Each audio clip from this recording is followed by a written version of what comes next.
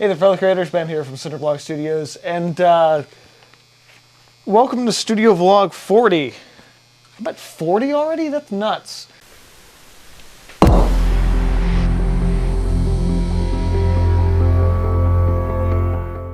I am taking apart some gallery-wrapped canvases, which you're not supposed to actually take apart.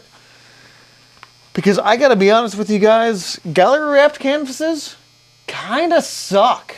Over the past couple of years, I've kind of started to figure this out. And it's something that I would say that the vast majority of like art supply stores, whether that be something like a Hobby Lobby or a Michael's, or even something like Blick's, probably don't really want you to know.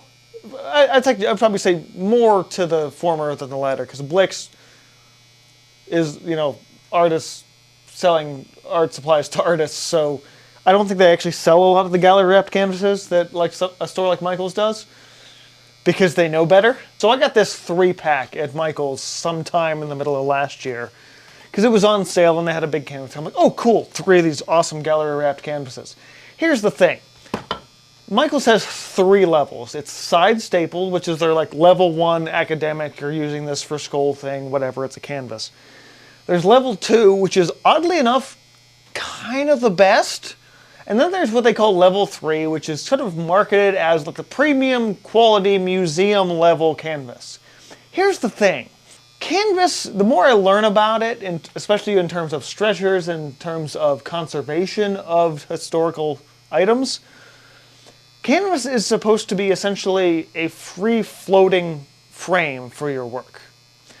Ideally, it's a good quality wood that won't bow, because I've definitely run into that problem of cheap back stapled or even side stapled canvases, and the wood warps and gets sideways. You put a canvas on the wall and it leans out like 4 inches because the wood's terrible. But then there's the gallery wrapped canvases. So I've got these little ones. I'm actually unwrapping them currently. I'm essentially doing a museum heist slash and grab, where I'm slicing through the back of this and getting it to the other side. So I spray painted these the other day. And what I found is, you're probably not going to be able to see this on camera, but I'm going to try. I wanted to do it with the blue last so you guys could see it better. This created warping. The edges of this are standing up. Oh, there, yeah, you can see it right there. See that? See those? Those aren't fixable. Now you might think, oh, well, a friend of, I've heard this a lot, we'll spray the back with water and it tightens back up. That can work, but it only really works for the middle when it does. Ideally, you should be keying a canvas to keep it taut, but these are so small that the manufacturer didn't put grooves to put keys in. Not only that, but when they make these, as you can see, this is bare. This one has way too many staples in it. This canvas is stapled, the canvas is stapled to this on the corners, and here on the corners. And these corners of this are stapled, which you should never do.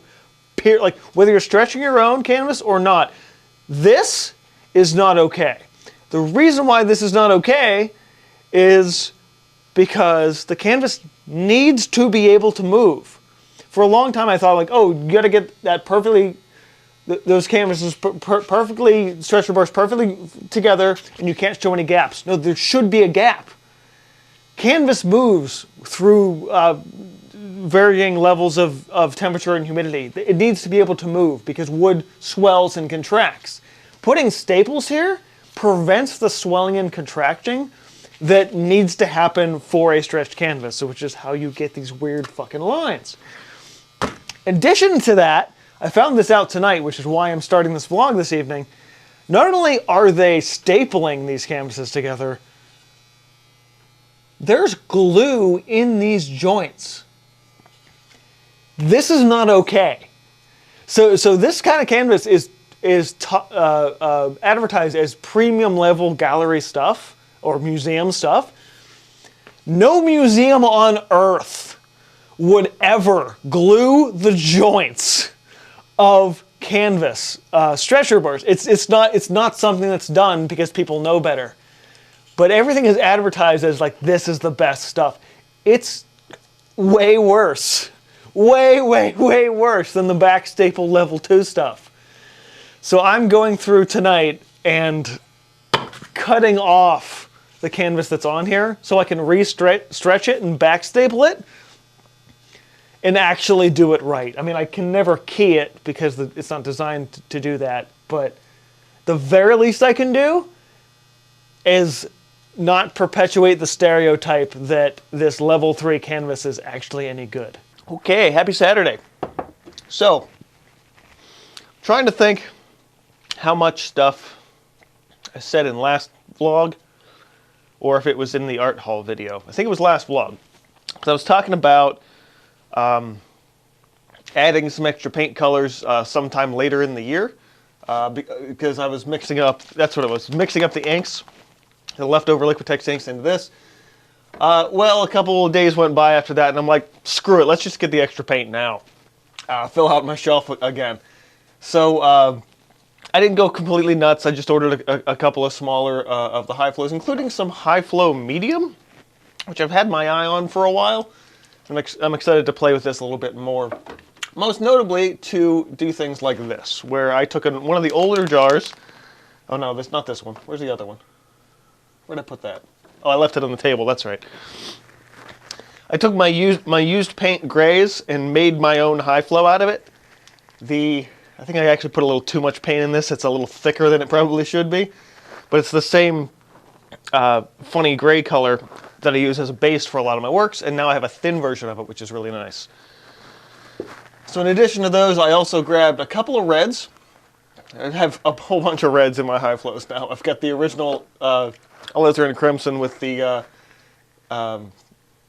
orange that they don't make anymore, along with the Quinn Nicolazo gold with the orange that they don't make anymore. So I wanted to flesh that out a little bit more. Another color I've had my eye on for a long time is Naphthol Red Medium. Now, I specifically say medium because I, for a long time, used Naphthol Red Light. I now use Cadmium Red, but this one, I was like, wait a minute, there's a medium? I always thought it was just a light. And when I was thinking about it, I'm like, is there like a light, a medium, and a dark for the Naphthol Red? Well, I haven't seen a dark, but I have seen medium now, and I decided to pick one of those up, along with a regular Pearl Red, which I haven't on my palette in a really long time. I have Pearl Red Dark, but the regular one hasn't been an accessible color for me probably in about 10 years, so that's really nice. And then everybody's favorite violet, and an off-the-shelf violet I've actually never bought, at least in terms of acrylic. I have it in watercolor, but everyone's favorite Dioxazine Purple. This is just, honestly, more for when I'm doing more of these washy ink things like I showed in the last vlog. And I finally picked up my first interference color. Now, if you're unfamiliar with Golden's interference line, they're really kind of different paints. They have sort of their own basic, sort of whitish. The base color is like a very, at least for this one, like a very thin Titan buff. But this is interference blue, and what it does is it creates this pearlescent effect. So just regular color, but as soon as light hits it, it gets, there we go. It shimmers. It's like a pearl, you know. It gives, like, there's the base color, and then it gives a little extra reflectiveness to it. In addition to those, something else that caught my attention was MTN has a water-based spray paint line, similar to like the Liquitex Professional spray paint. Now, I've been using the Liquitex Professional for probably like 10 years now, but I was surprised to see that there are actually a handful of companies out there that are also making their own water-based one, and MTN is one of them. So I'm starting my initial tests with these. I've been doing a little bits of stuff with them here and there. Interestingly, they're only a 300 ml can versus the regular 400 ml can. I'm not sure why they make them smaller. Probably so they can jack the price up and make you pay more money. In addition to ordering more art supplies that I don't already need, or don't need already, there is a company just north of here in Pittsburgh that it's actually their headquarters about 10 minutes from where I went to high school. called the Birmingham Paint Company, or Ink Company rather. They specialize in making custom fountain pen inks. Their bombarding advertisements hit me sometime last year, and I was like, screw it, I'll actually get these because they look really good. Now, because they're specialized in fountain pens, all of the inks are dye-based. Well, not all of them. Most of them are dye-based, and as any artist knows, that dye-based inks fade. There are some pigmented ones, that's what I ordered, as well as just one of the other fancier dye-based inks. So when those get in, hopefully in the next week, that'll probably be next week's review. And I'm looking forward to doing that review because I was looking last night on YouTube, just looking, like, has anyone else actually reviewed these yet? And every other review is just from fountain pen nerds and dip pen nerds and like calligraphy people. And I'm like, there's no visual artist who's reviewed these. And I'm like, oh, that's fun. I'm going to be the first one to do that. All right. All that fun news aside, I really got to get back to painting this. Because it's been, I think, 2 weeks since I've touched it. So I'm going to drag some paint out and have some fun this morning. Okay, so I didn't even make it to dragging out a palette because I've got like 2 other really crazy ideas going on at once right now. So I decided to go and start messing with stretching the canvases that I unwrapped the beginning of the vlog, whatever day it was. Ran into some problems with the edges, right? So I decided to start just throw some molding paste in there before I hit it with gesso to really round that out. And then I thought, what if I turn the edges into a sculptural thing? So once those dry and I gesso them, I'm going to hit them with some of my hard molding paste, which I basically haven't touched since I got it on. This was one of those Center for Creative Reuse buys. I started looking at, like, what if I stencil something? So I have this old tablecloth thing that I did this test with some of the other paste. So I can definitely spread something on a stencil and peel it back and do that to create a texture. So the real question is now, what do I want to do for that texture? And I was just thinking, like, wait a minute. Do I have some kind of a frame that has a very ornate edge to it? And I might. This painting I pulled out of the trash at work. Sorry about the white balance here. And it turns out it's like almost 100 years old. And thanks to my aunt, we got it custom framed. And this custom frame has this. Good old-fashioned texture rubbing. Now, if I wanted to get this exactly 1-to-1, which I'm probably not going to do, what I could do is scan this into my computer, pump it into Photoshop, upscale it, print it back out, and then build the stencil out of it. But I'm not going to go that far. That's way too much work. And this just gave me enough of a sort of a weave. It's almost like a rope kind of thing. So now I can work on re-sketching this into something that will actually produce closer to the result that I'm looking for. Now, the other thing that distracted me from painting was I was just poking around in the corner of my studio. I'm like, oh yeah, I've got my old negatives and darkroom stuff from high school. And I was trying to think, I'm like, oh, what kind of things are in here and what do I have left that I can mess with? And I'm like, oh yeah, and then there's the negatives, because as long as you keep the negatives, you can, reprint photos as long as you have access to a projector for the negatives to turn them into photos. I'm like, wait a second, I have a slide projector. One of those things I got from my late painter friend Jim that I haven't really touched since I got it. I can do something with this. Now it's probably gonna be too frickin' bright down here to actually see anything this time of the day.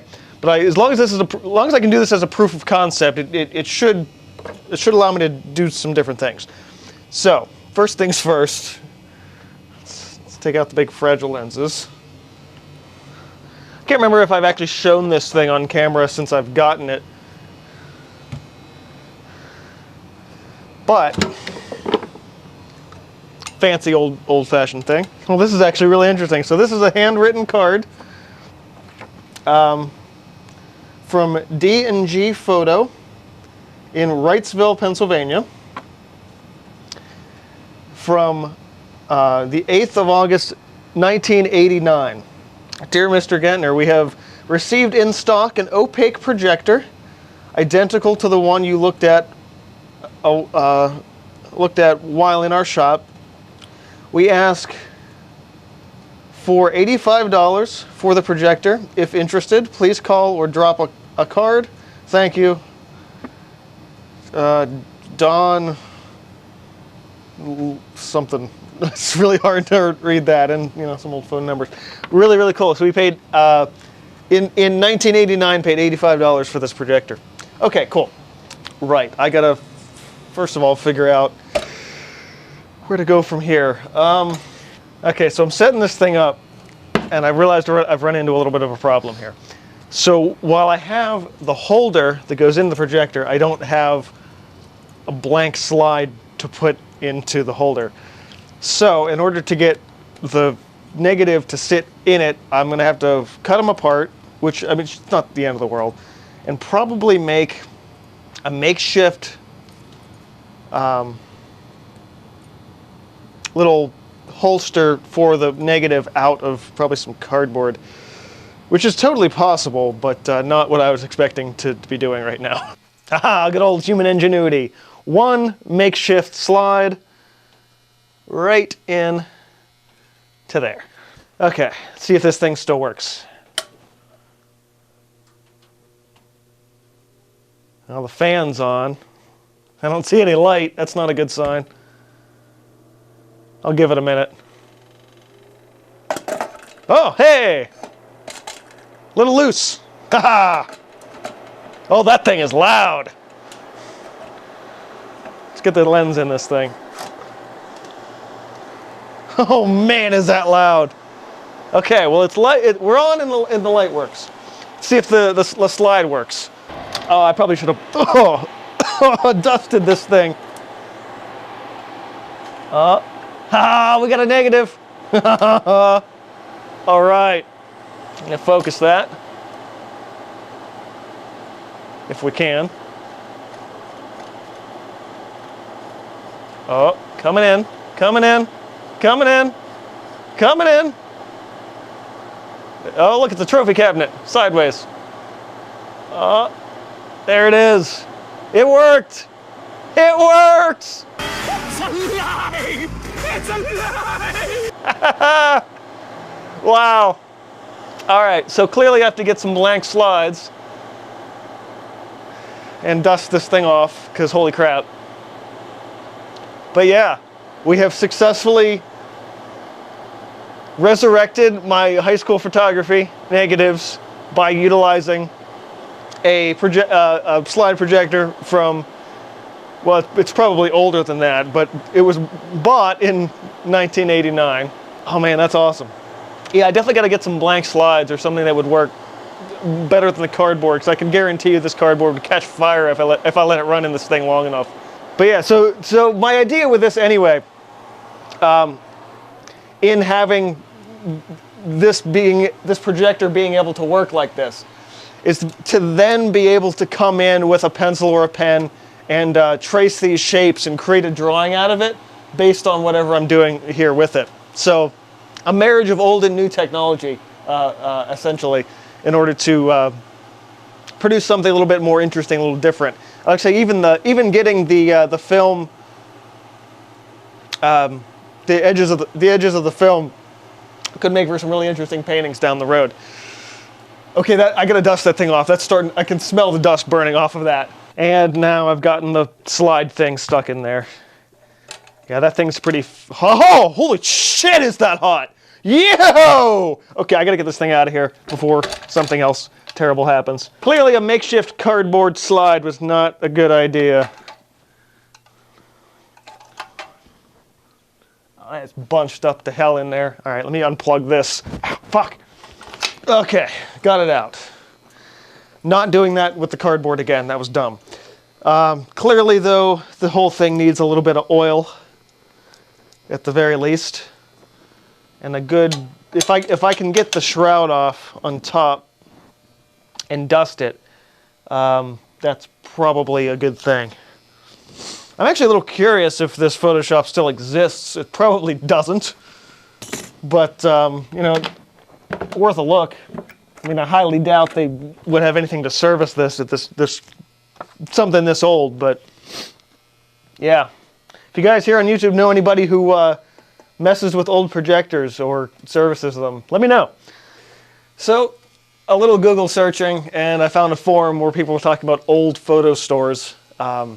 Seems D&G Photo does not exist anymore. This particular post from May of 2009 from user Stephen P on photo.net says, there was D&G Photo, Don and Jerry in Wrightsville, PA, that was chock full of old and oddball stuff. They went out of business years ago, so it's just a little piece of history, I suppose, and yeah, so what Don and Jerry said, I was right with at least some of that spelling. Yeah, little fun piece of history. Okay, I think it's not blazing hot anymore. I think I can put it away now. Decided to throw that projector into a quick Google search, and it turns out it dates back to between 1948 and 1951. So, kind of fun. Definitely an older model of the thing it is. Okay, now for real, I am actually going to paint, but unfortunately for you guys, I'm not going to do that for this vlog because this one's long and varied enough. Yeah. Also, finally going to do one of those group critique sessions like I was talking about last month that I ended up not doing. That's tomorrow. So then again, I might not actually work on this today because I want to hold off and get some feedback on it before I take it too far. So I might end up just putzing around with some other projects between here and there. But this has been a fun, really weird, varied bunch of stuff here today. So I hope you guys found this inspiring. If you did, go ahead and hit that like button. Let me know your thoughts and comments below. And this has been Cinder Studios reminding you to keep on creating, and I'll see you guys next time.